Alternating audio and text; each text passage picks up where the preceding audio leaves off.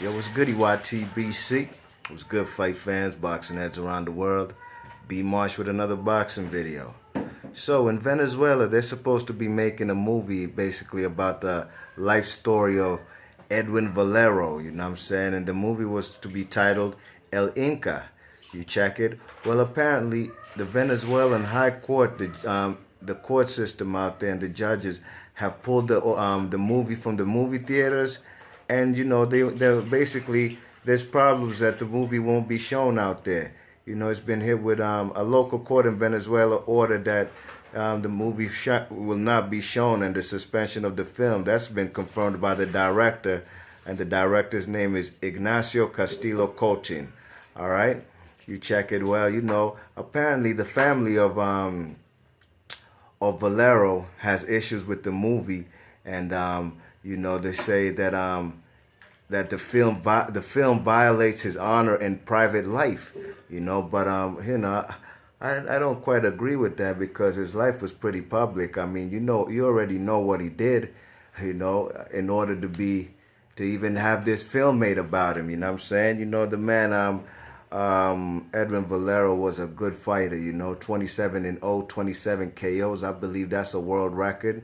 The guy was a devastating puncher. Yeah, oh my gosh, man. You seen that on the film right there? That fella's laid dude out, man. But Edwin Valero's family, I guess they don't want the movie in the film in the movie theaters, and they don't want the movie to be released, And I'm gonna read you a quote from basically the director of the movie, the Castillo Coating, you know what I mean? About the film El Inca, you know what I'm saying? The film, like I said, is based on a public figure and has notorious facts.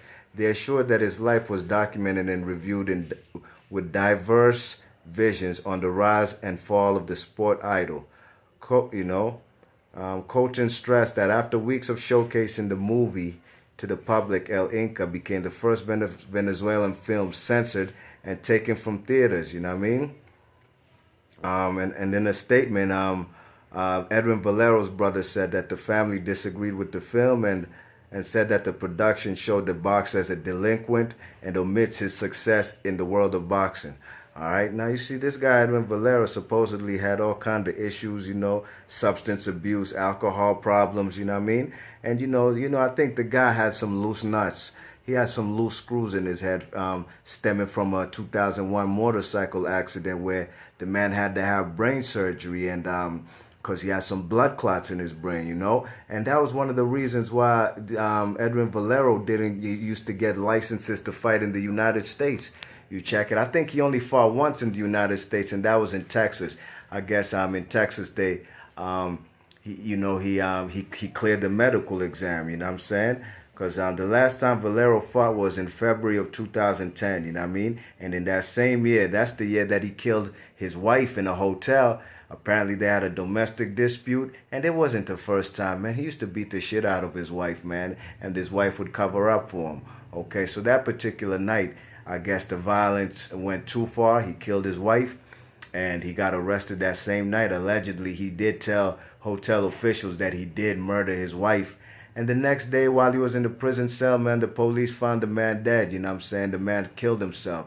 Actually, he hung himself with his trousers, with his pants, you know what I mean? So, the man, Edwin Valero, like I said, man, the man had issues, man. The man definitely had some issues, and I think that's what stemmed, his a violent pattern that he had, especially towards his wife. It was, he did definitely take out his aggression on fellas in the ring. You know what I mean? That fight with DeMarco was awesome. And in my opinion, the guy would have been a great star, big time star, if he was showcased in the States more. You know what I mean? You check it, and I even did a video on my channel, Fights We Didn't Get to See series. That's his wife right there. You see the wife that he killed right there. There she go. I did a fight on my series on Fights We Didn't Get to See, where the man I had a fight between him and Manny Pacquiao. You know what I'm saying? And supposedly that fight was supposed to happen. Sometime right around before he died. I think, was it like 2010? You know what I'm saying? There was a couple times that the fight was to be made. but it didn't go down. But I think eventually, if this guy stayed alive, that would have been a major fight in the United States. Matter of fact, I'm gonna throw the link for that video I did, fights we didn't get to see. I'm gonna throw that in the description box so you could peep for yourselves. And this film right here, that looks like the day he got arrested. You know what I mean? You check it, man. Edwin Valero was quite a talent, you know. But it's funny that you know, a lot of people revere the guy. Oh, this guy was such a great fighter. There he goes with his beautiful wife, man, with his WBC belt. You see him.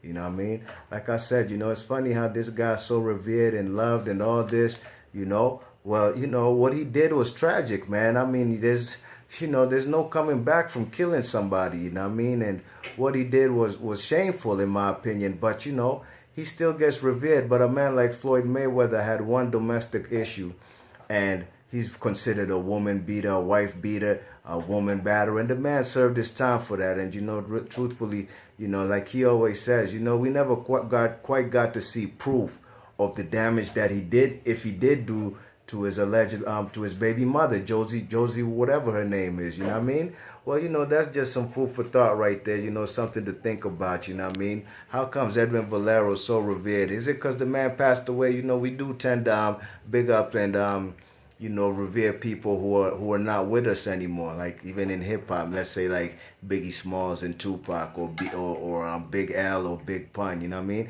It seems like when they were around, they weren't quite as appreciated like when they you know, like when they've passed away. You know what I mean? So you know, Edwin Valero, it's a damn shame. I really did want to see that movie bad, and hopefully if they can't release it on in movie theaters, man, just put that on DVD or throw that on Netflix, man. And I'll definitely support that film, man, because this guy, like I said, 27-0 with 27 KOs. That's not a small feat, you know what I mean? Although, like I always say, you know, some of them the opposition weren't quite A-class or stellar opposition, but still, you know, that's a tremendous feat. And I really did want to see that fight with Manny Pacquiao.